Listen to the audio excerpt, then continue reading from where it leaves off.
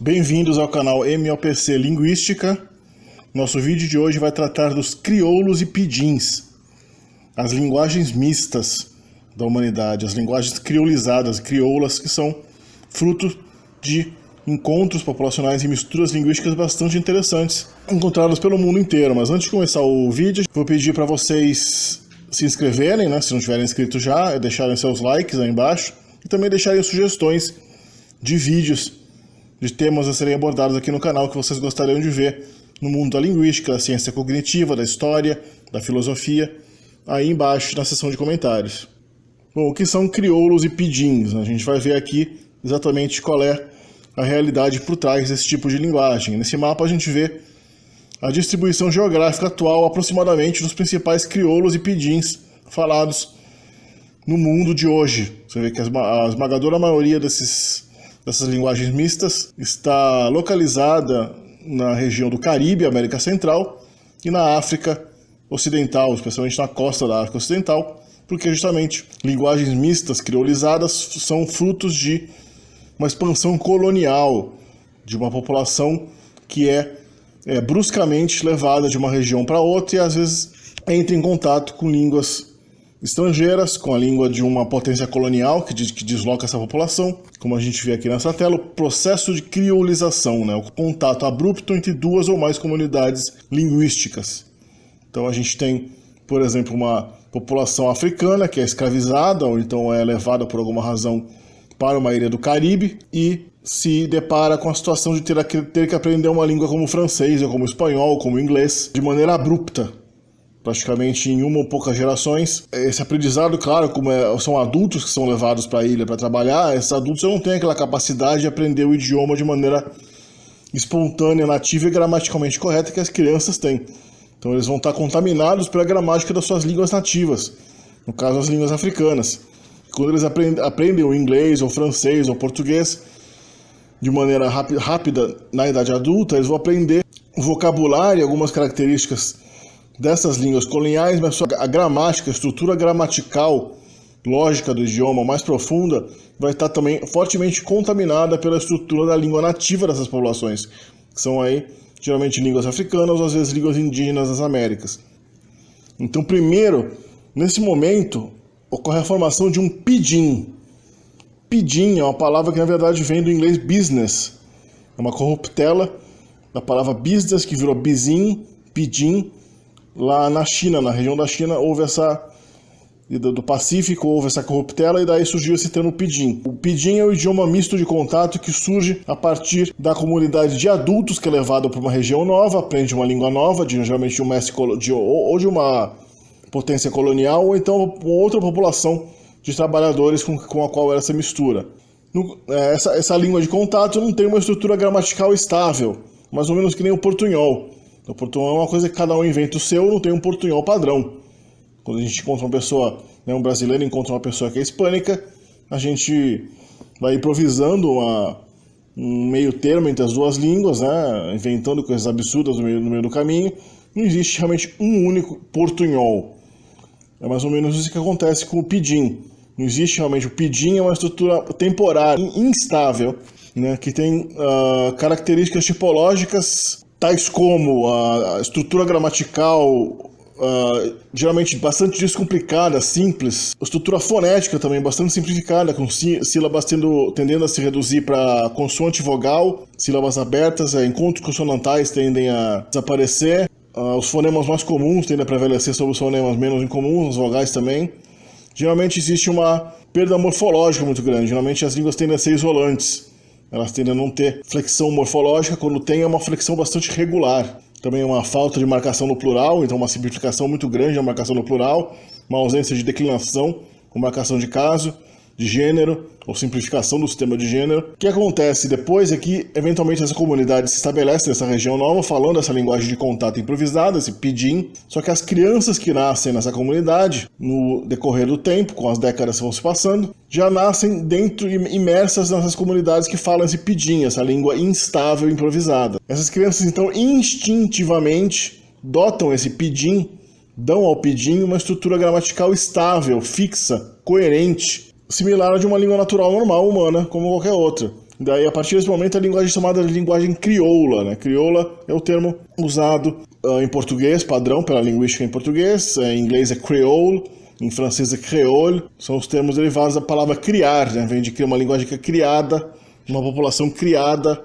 a partir de um esforço colonial. Então aí que é o mais interessante, aí que está o mais interessante do estudo dessas línguas pidins e crioulas, é que elas provam que o ser humano instintivamente, só na infância, ele é capaz de... Ele tem uma estrutura gramatical, ele dota um sistema de comunicação ao qual ele é exposto, de estrutura gramatical coerente e lógica que é comum a todas as línguas humanas. Ou seja, existe um sistema verbal, um sintagma nominal, um posicionamento das partículas interrogativas, posposições ou preposições, tudo isso que a gente vê nas linguagens naturais humanas, também ocorre nos crioulos, mas os pidins não têm essa estrutura coerente. Tem gente que fala um pidim, onde a pessoa frontaliza o interrogativo ou deixa o interrogativo no lugar, tem gente que a partícula negativa no pidim pode vir antes ou depois do verbo, a marcação de plural pode ser uma marcação ou marcação outra, ou pode ser uma marcação instável, que vai em palavras de um tipo, mas não em palavras de outro tipo, de acordo com o falante, cada falante é de um jeito. Mas a primeira geração de crianças que nasce e aprende esse pidim instável já automaticamente pega e regulariza as regras e dota essa língua de uma estrutura gramatical estável e coerente que pode ser descrita como amplamente adotada pela comunidade. Já não é uma escolha parcial ou pessoal, essa variação pessoal fica muito pequena. E isso aqui prova justamente um dos temas de um vídeo anterior aqui do canal, o tema da linguagem universal, que o ser humano tem já uma natureza comunicativa, um módulo comunicativo pré-configurado, que já vem quando a gente nasce, não é aprendido. A língua não é totalmente aprendida, existem certas tendências linguísticas já inatas, já programadas na mente humana. É por isso que o tema de crioulos e pidins é tão interessante, porque ele dá exemplos concretos de linguagem que se formaram hoje, no decorrer da história, nos últimos séculos, na luz do registro histórico, a gente sabe o que aconteceu. Eram sociedades já dotadas de escrita, sociedades coloniais europeias, onde a gente viu o surgimento de línguas novas e gramáticas novas surgirem, sem que houvesse nenhum esforço consciente por parte dos falantes. Os falantes dos pidins e crioulos tipicamente são pessoas completamente analfabetas, que não têm a mínima consciência do que elas estão fazendo. A criação da língua nova é um processo inconsciente, instintivo.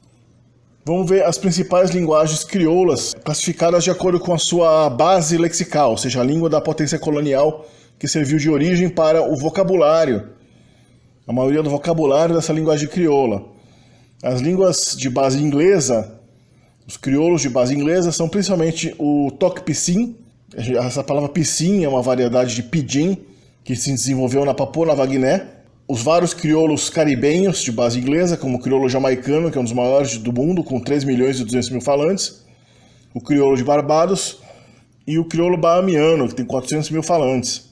O crioulo guianês, falado aqui na América do Sul, na Guiana inglesa. O crioulo liberiano, falado por descendentes de escravos norte-americanos que foram devolvidos para a África e formaram a colônia da Libéria, na África Ocidental, e desenvolveram uma língua crioula baseada no inglês. O criô, que é um crioulo da Serra Leoa, ali perto da Libéria. O crioulo havaiano, também foi formado no Havaí, a partir do inglês. Tem também um misterioso crioulo australiano, falado entre aborígenes australianos em algumas regiões remotas da Austrália. Os crioulos de base francesa incluem o maior crioulo do mundo, o haitiano, que tem cerca de 10 milhões de falantes, a maioria dos quais no próprio Haiti, cerca de 9 milhões e pouco no Haiti, e quase 1 milhão de falantes de crioulo haitiano, especialmente nos Estados Unidos, na República Dominicana, em alguns outros países do mundo onde existe uma comunidade de imigrantes haitianos. Então, essa é a língua crioula de maior número de falantes do mundo. Tem os crioulos das Antilhas Francesas, ali no Caribe também. Tem o crioulo da Louisiana, o Cajun, falado nos Estados Unidos, porque a Louisiana é uma parte dos Estados Unidos que originalmente tinha sido colonizada pela França. O crioulo da Guiana Francesa, aqui na fronteira com o Brasil, e também das Ilhas Seychelles, que é um país independente, de colonização francesa, mas independente hoje, que é uma ilha do Oceano Índico, a cerca de 1.500 quilômetros da costa do Quênia.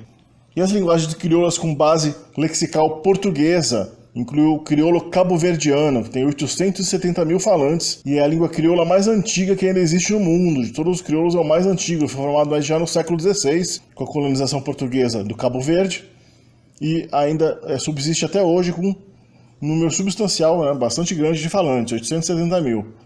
O crioulo de Guiné-Bissau, da Guiné Equatorial, uma região da Guiné onde se fala esse tal de Anobonês.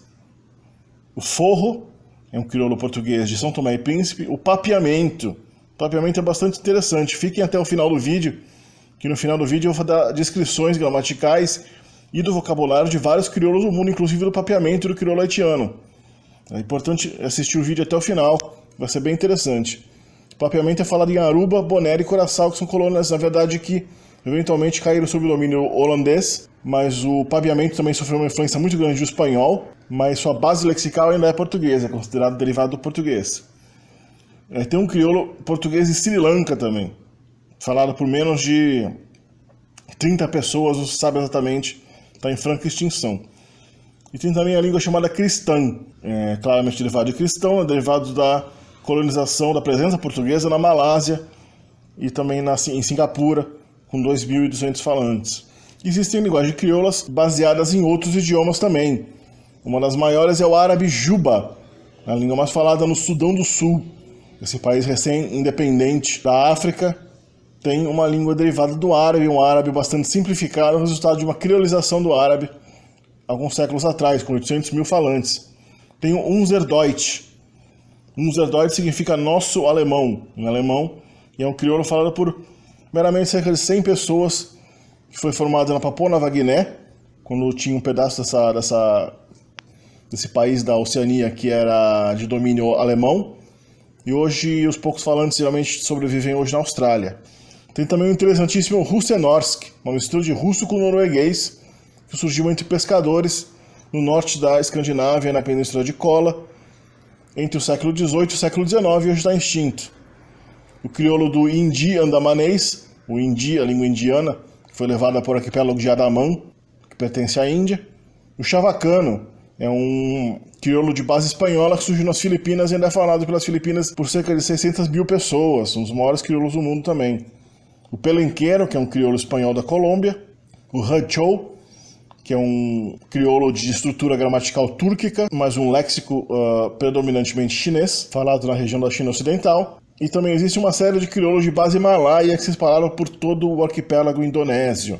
O malaio é a língua franca do arquipélago indonésio há muitos séculos e, inevitavelmente, o malaio formou várias linguagens de crioulos por todas aquelas ilhas. E também existe essa hipótese extremamente interessante de a língua inglesa também ser um idioma, se não totalmente, pelo menos parcialmente criolizado, com uma base gramatical do antigo saxão, uma relexificação, ou seja, um léxico de origem latina, e também parcialmente escandinava, as duas invasões. A invasão latina normanda do século XI e a invasão escandinava um pouco anterior, que deram a esse antigo anglo-saxão essencialmente uma nova camada, totalmente nova de vocabulário, que forçou uma simplificação gramatical e dramática, tornando o inglês uma língua, só que tornando o inglês uma língua que é parecida em vários aspectos com os crioulos no mundo. Pouquíssima conjugação verbal, uma formação do plural muito simples, perda do gênero gramatical e uma base gramatical germânica, uma estrutura gramatical germânica dotada de um léxico bastante latinizado, embora a gente fale aqui de semi-criolização, somente porque o léxico inglês não foi totalmente perdido, nem a gramática original do inglês foi totalmente perdida nesse processo de semi-criolização. Ele manteve vários verbos irregulares, germânicos, alguns plurais irregulares, várias características gramaticais originais do anglo-saxão foram preservadas nesse processo, então a gente fala de uma semi-criolização apenas. Pulando aqui para as línguas específicas, vou falar do crioulo haitiano, chamado em crioulo haitiano de créole haïtien e em francês de créole haïtien.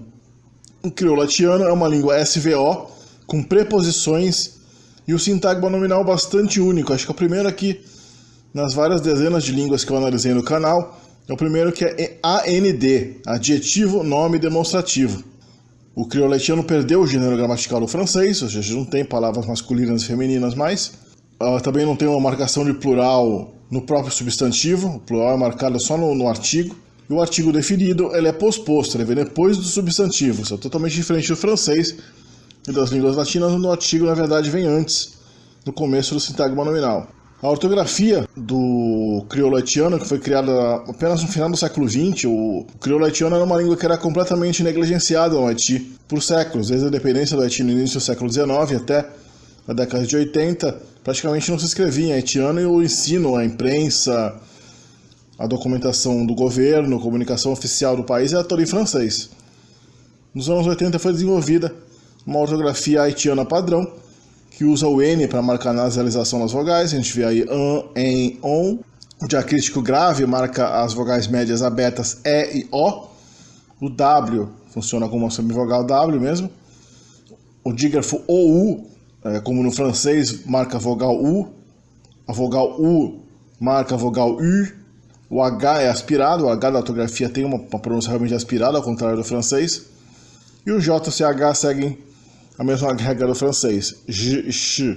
Aqui um pouco do léxico do crioulo haitiano, a gente vê a cristalização de palavras que em francês às vezes são até duas palavras, ou então um artigo definido mais uma palavra, ou o S final do artigo definido que acabou passando para o substantivo e ficou prefixado, fixado na palavra, como em les oiseaux, que significa os pássaros em francês.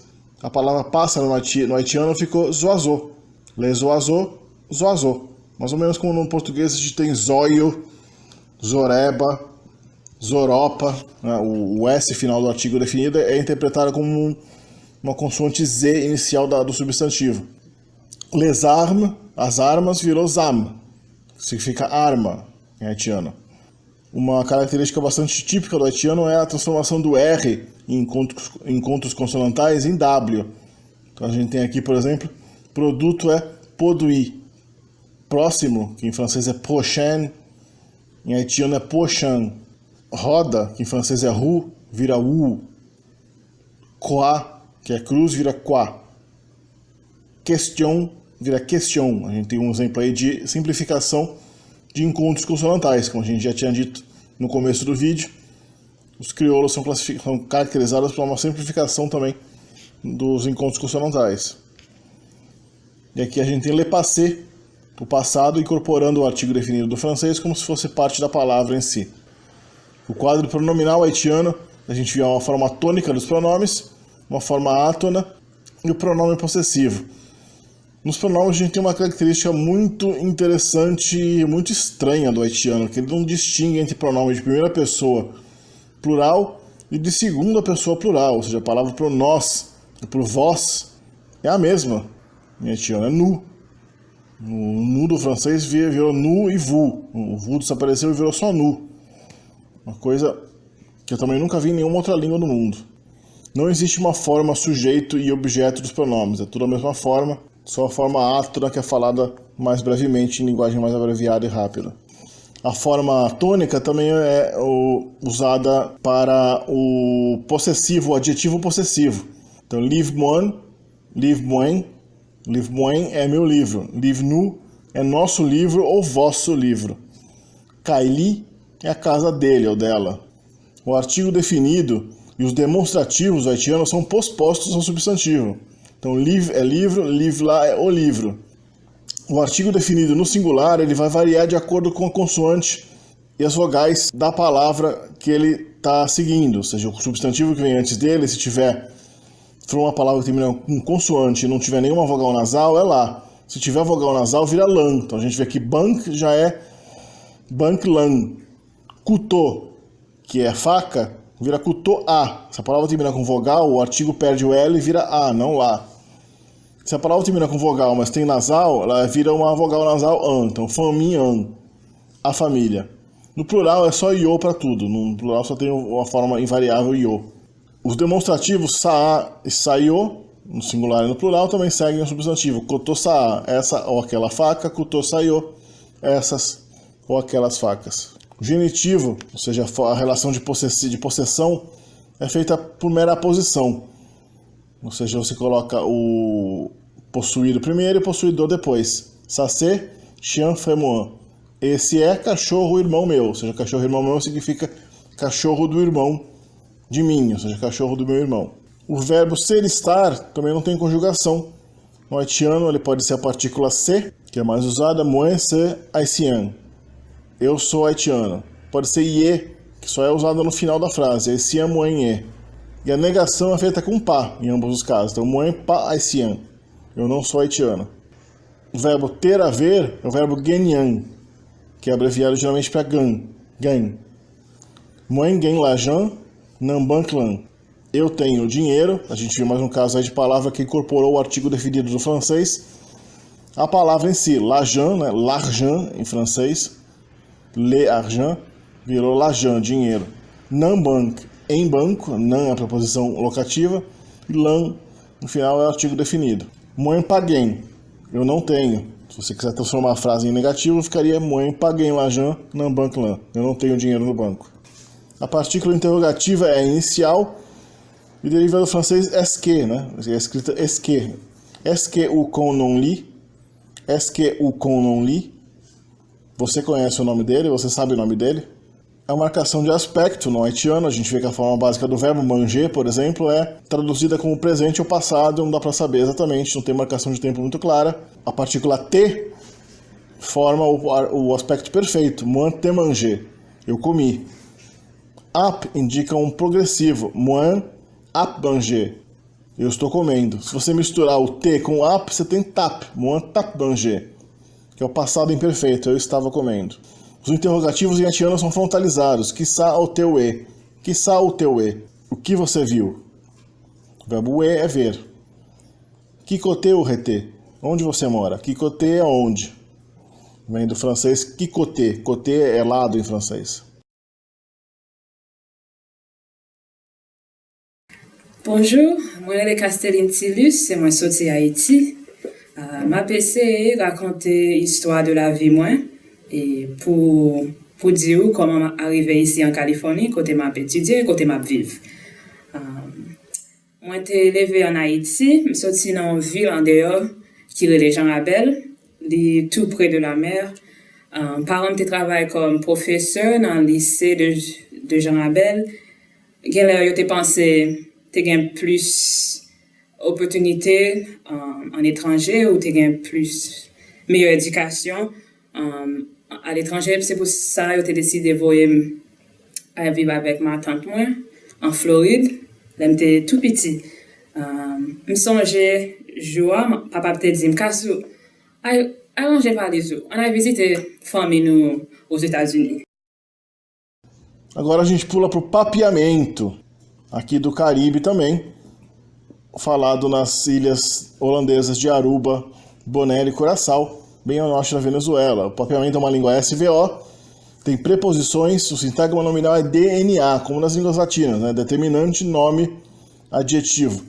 Não tem gênero gramatical, não tem uma marcação de plural no substantivo em si, e tem um artigo definido preposto, como nas línguas latinas. E é curiosamente uma língua tonal, embora nem todas as fontes que eu consultei tenham falado dessa tonalidade, então não sei se realmente existe algum erro em algumas fontes consultadas. O artigo definido é e o artigo definido é E casa grande, a casa grande. Book novo, livro novo. Os pronomes em papeamento, a gente vê a mi, bo, abo, e, nos, bo, sonan. E os possessivos, né? Mi, bo, su, nos, bo, sonan. Esse bo deve derivar de vós, do português vós, né? Ou talvez de você mesmo, mas eu acho que o papeamento se formou antes da formação da palavra você. O papeamento provavelmente é derivado de um crioulo falado lá na região da Guiné Equatorial, da Guiné-Bissau, e provavelmente não se formou no Caribe. Ele foi levado pelos portugueses da África para o Caribe, que a gente vai ver daqui a pouco, na próxima descrição, o cabo-verdiano. A gente vai ver que os pronomes são muito parecidos entre o cabo-verdiano e o papeamento. O verbo ser estar é tá, igual ao nosso tá do português brasileiro, né? Bem parecido com o português brasileiro. Mi tá um nombre, eu sou homem. Botar um mulher, você é a mulher. Enotar um puxi, ele não é um gato. Vê que a negação verbal é feita com no antes do verbo, notar, não é. O verbo ter é tim, do nosso tem, né? Mi tinha um book grande, eu tenho um livro grande. Mi não tem placa, eu não tenho dinheiro. A palavra placa provavelmente é uma alteração do espanhol plata. O aspecto verbal em papeamento é formado por uma série de partículas bastante regulares, como típica de todos os crioulos. Tá, mas a forma progressiva em endo, opcionalmente, é o progressivo.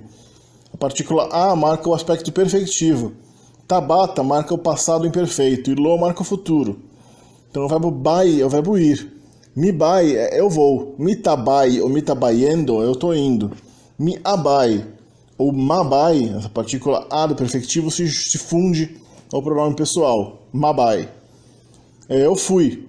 Passado perfeito. Mi tabatabai é eu estava indo. E mi lobai eu irei. Os interrogativos e papeamentos também são frontalizados. Kiko bonom betá? Qual é seu nome? Quem de botá? Quem é você? Unda botabai? Onde você vai? Quanto ao léxico, o papeamento é de origem. Embora a origem seja portuguesa, a gente vê mais um léxico mais fortemente espanhol. Devido à proximidade com a Venezuela, depois da formação com uma base portuguesa, ele sofreu uma influência bastante grande do espanhol, uma migração substancial de falantes do espanhol, que deu à língua um léxico bastante espanholizado.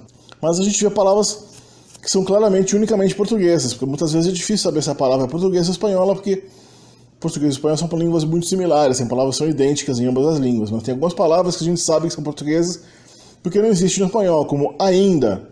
Ainda é o nosso ainda, exatamente igual. Cachorro, que é cachorro. Bringa, que é brigar. Papiar, que é conversar. Preto, que é preto. Nobo, que é novo. Se fosse espanhol seria nuevo, né? Força, que é força. Se fosse espanhol seria fuerza. Então claramente tem palavras portuguesas aí. Palavras espanholas também existem em bastante abundância. A gente já viu mulher, uma série hombre. Também escuchar, que é escutar. Sonreír, que é sorrir. Chiquito, que é pequeno. Joven, que é jovem. Caliente, que é quente. Tempran, que é cedo. E tem também palavras holandesas, que entraram na língua mais recentemente, que a língua oficial dessas ilhas onde se fala papeamento é o holandês, até hoje. Então, bestel, né, do verbo bestellen em holandês, é pedir, no sentido de fazer um pedido no restaurante, uma encomenda. Net é a partícula que indica que algo aconteceu agora há pouco, isso acabou de acontecer, como no holandês. Apple, maçã. Book, livro, embora isso possa ser também um empréstimo do inglês. Tas é uma bolsa, igual ao holandês. Aardbei, morango, igual ao holandês também. Skol, escola. Meneer, do holandês mijnheer. Senhor. Mevrouw, do holandês mijnvrouw. Senhora. Aqui tem um caso aqui, tem uma manchete aqui num diário, um jornal online em papeamento. Ainda aqui em casa 10.000 platiaco falta para cumprir com o pago de belasting. Um brasileiro que fala papeamento é o comediante Marcelo Adnet. Pô, querer tá comigo. Oh, dá comida, cachê, eu. Cachê? Water muralha tava testigo. Vem quanto tempo você já papiamento? Echt man, met tem meu telefone, met tem rádios, né? De aqui, então me escuta, me tem de rádio. Dá-lhe uma de cachê. Aguaceiro de sunti, tararara para. Então, galera do Brasil, um abraço pra vocês. Vamos estudar o papeamento aí. Bom, Cuba? Ouve bom. Ah, bota Io de Corsol, doutor. Eu não sei Corsol. Ah, bota boa nasce aqui mesmo na Corsol. Sim. Qual é a boa artista preferida na Corsol? Gio. Gio? Sim. Sì, abito brasileiro, Sim. abito Macamba. Macamba. Sì, ma nasce na Amsterdam. Sai. Pero ma bem aqui bom, mania abo. Riba vacancy special. Pero, mas tima corsol. Depois, eu comecei assim a papiamento. E nunca mais vai. Sabe que tá Angela? Angela. Conta Angela, Marcelo, conta. Bom? Muito gusto. Muito gusto. Três biar. Aguinana, Isla, um beijo. Um beijo. A minha canta também na Corsol com o outro último é Yoshi. Nós temos a parte Yoshi na Angela. Papeamento, idioma que é nascimento do Caribe, nascido em Caribe, nasci por de atividade quizás turbulento, bom de sofrimento, bom de sangue, lágrima. Oportunidade para trazer informação aqui, tá? Honor para mim também para estar presente aqui. Sim, de papiamento nós podemos dar papia horas e horas, dia, mas já houve dia 3 outros, você está houve costinho de papiamento. Bom, em realidade, sua origem está de bastante tempo passado. Nós temos diferentes gêneros para fazer investigação de origem e nós percebemos que bom, tem diferente teoria, pero uma teoria não que quadra mais com história, com o que passa do passado, com nós antepassados, não? Tá é teoria que está que ela desarrolla como idioma de contato entre diferentes grupos que estavam topa outro, foi no siglo quando eu me disse 14, né? Não, que tem traficação e negociamento, comércio entre Europa e África. Entre europeus, especialmente e português, no princípio, que é país na costa oeste ocidental de África. Agora o crioulo cabo-verdiano, outro crioulo de base portuguesa. Esse é mais puramente português, ele permaneceu sempre português, nunca sofreu uma influência de alguma outra língua europeia. Então a gente vê o elemento português muito claramente. Os pronomes cabo-verdianos são mi, bo, el, nu, bo, es. Bem parecido com o papeamento, né? O verbo em cabo-verdiano também recebe partícula de aspecto logo antes do verbo. Dá é eu dei, conjugação básica do verbo. Tá dá é eu dou. Tá indica também é o tá do papeamento, é o tá do português brasileiro. Está, eu estou dando, né? Eu dou. Está, tá, dá é o progressivo, lá é literalmente eu estou dando. Então uma redundância. Tabaidá eu darei. Daba eu dera, eu tinha dado, eu tenho dado. Tadaba eu estava dando. Sufixo passado, esse sufixo do passado que a gente vem dar, ele é colocado automaticamente em todos os verbos. Ele deve ser origem do nosso passado dava, falava, estava, mas ele é usado para todos os verbos, todas as conjugações. Então tem daba, partiba, temeba, até mesmo serba, eu era, o verbo ser, né? Creba, eu acreditava, eu cria. O verbo ser e estar, eles mantêm a distinção no português entre ser e estar. Então tem o verbo ser é para características permanentes, e estar é para características passageiras. Mi é um nome, eu sou homem. Mi está triste, eu estou triste. O verbo ser é irregular no passado, tem foi, era e serba. E o mais estranho é que o verbo ter também tem dois verbos equivalentes a ter, e ele tem a mesma distinção que o ser e o estar. Um ter é o ter coisas permanentes, que você tem permanentemente consigo. E o outro, que é o tener, é para características temporárias. Veja que coisa curiosa, né? Eles distinguem o ser e o estar também no conceito de ter. Mi tem pele escuro, eu tenho pele escura. Mi tener, caneta na bolso. Eu tenho uma caneta no bolso, eu estou com uma caneta no bolso agora, mas claro que a caneta não fica permanentemente no seu bolso, né? Veja que coisa curiosíssima, né? A negação verbal é feita com K antes do verbo. Me tá beber, eu bebo. Me catar beber, eu não bebo. O cabo-verdiano mantém gênero, só que o adjetivo só concorda em gênero com substantivos animados. Então tem homem feio, mulher feia, bode preto, cabra preta, mais vestido branco, camisa branco também.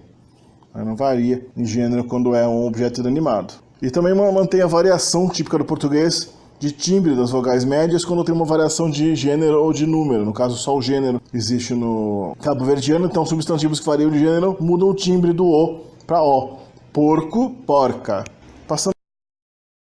Bom, meninos, antes do vídeo começar, queria pedir desculpa para a voz de vídeo gostem de para se arranhar o que se quer para entender nós checa a legenda que se está põe em português. E outra coisa que aquele vídeo era para agradecer para aquele 30 mil gostos, por isso obrigado. E que se tem uma coisa que se mancreva para a e pronto, muita parte de voz não teve que estar corta, por isso já, sempre mais demora nós fica com o vídeo e ainda espera amanhã está curto-se. Como pergunta ao menino como te chamas? Como é o nome? Como pergunto qual a tua idade? Quantos anos tu tens? Fizeste boa viagem?